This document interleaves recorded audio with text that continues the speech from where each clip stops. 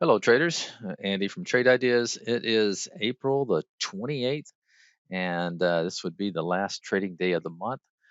Big day yesterday, big move there in the SPY and the Qs, and uh, it is a Friday. We'll have to see what happens. Typically, when you get a big move like this, without any major news happening, you'll get what's called like an inside little doji day.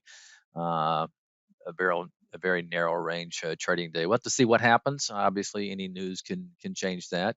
But let's take a look at some stocks. Not seeing a whole lot out there today. I'm not crazy about taking new positions on a Friday, but if something jumps out at me, I have definitely been known to do that. Looking today, keep an eye on Exxon. It did have earnings, and let's see where it's at. There it is.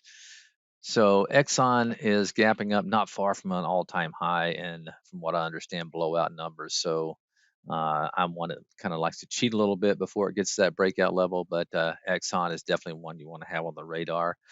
Home builders been holding up very well. Toll Brothers, big move yesterday. Just a lot of great things to say about that chart, holding that 10-period moving average. Let's see. NVIDIA, I think you got to keep watching it, although I'm not anticipating anything today, but it's definitely still setting up, going sideways now for about 3 weeks. So keep an eye on NVIDIA.